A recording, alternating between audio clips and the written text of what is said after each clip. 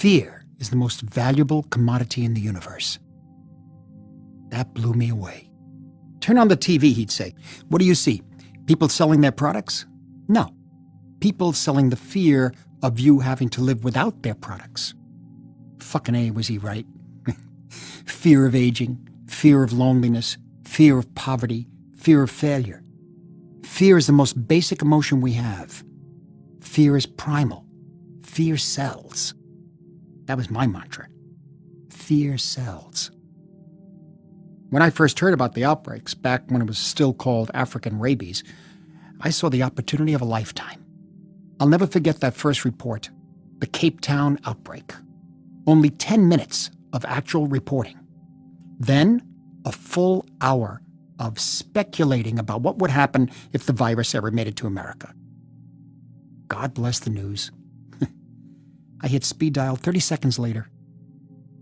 I met with some of my nearest and dearest. They'd all seen the same report. I was the first one to come up with a workable pitch.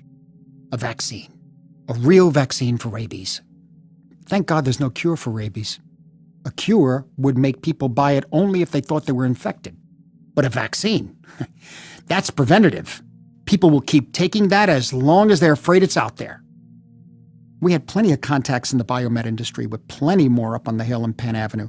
We could have a working proto in less than a month and a proposal written up within a couple of days. By the 18th hole, it was handshakes all around. What about the FDA? Please, are you serious? Back then, the FDA was one of the most underfunded, mismanaged organizations in the country. I think they were still high-fiving over getting red number 2 out of M&Ms. Plus, this was one of the most business-friendly administrations in American history. J.P. Morgan and John D. Rockefeller were getting wood from beyond the grave for this guy in the White House. His staff didn't even bother to read our cost assessment report. I think they were already looking for a magic bullet. They railroaded it through the FDA in 2 months.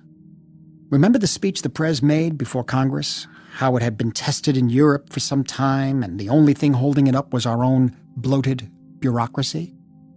Remember the whole thing about people don't need big government. They need big protection, and they need it big time. Jesus Christmas, I think half the country creamed their pants at that. How high did his approval rating go that night? 60%? 70%? I just know that it jacked our IPO 389% on the first day. Suck on that, Baidu.com. And you didn't know if it would work? Well, we knew it would work against rabies, and that's what they said it was, right? Just some weird strain of jungle rabies. Who said that? Well, they, like, the UN or somebody. That's what everyone ended up calling it, right? African rabies. Was it ever tested on an actual victim? Why? I mean, people used to take flu shots all the time, never knowing if it was for the right strain. Why was this any different? But the damage. Who thought it was going to go that far? You know how many disease scares there used to be? Jesus, you'd think the Black Death was sweeping the globe every 3 months or so. Ebola, SARS, avian flu. You know how many people made money on those scares? Shit, I made my first million on useless anti-radiation pills during the dirty bomb scares. But if someone discovered... Discovered what? We never lied, you understand? They told us it was rabies, so we made a vaccine for rabies. We said it had been tested in Europe, and the drugs it was based on had been tested in Europe. Technically, we never lied. Technically, we never did anything wrong. But if someone discovered that it wasn't rabies... Who was going to blow the whistle? The medical profession? We made sure it was a prescription drug, so doctors stood just as much to lose as us. Who else? The FDA, who let it pass? The congressmen who all voted for its acceptance? The Surgeon General? The White House? This was a win-win situation. Everyone got to be heroes. Everyone got to make money. 6 months after Phalanx hit the market, you started getting all these cheaper knockoff brands, all solid sellers, as well as the other ancillary stuff like home air purifiers. But the virus wasn't airborne. It didn't matter. It still had the same brand name, from the makers of. I mean, all I had to say was, may prevent some viral infections. That was it. I mean, now I understand why it used to be illegal to shout fire in a crowded theater. People weren't going to say, hey, I don't smell smoke. Is there really a fire? No, they say, holy shit, there's a fire. Run! I made money on home purifiers, car purifiers. My biggest seller was this little doodad you wore around your neck when you got on a plane. I don't know if it even filtered ragweed, but it sold. Things got so good, I started setting up these dummy companies, with plans to build manufacturing facilities all over the country. The shares from these dumbos sold almost as much as the real stuff. It wasn't even the idea of safety anymore. It was the idea of safety. Remember when we started to get our first cases here in the States, that guy in Florida who said he'd been bitten but survived because he was taking phalanx? Oh! He stands, mimes the act of frantic fornication. God freaking bless that dumbass whoever he was. But that wasn't because of phalanx. Your drug didn't protect people at all. It protected them from their fears. That's all I was selling.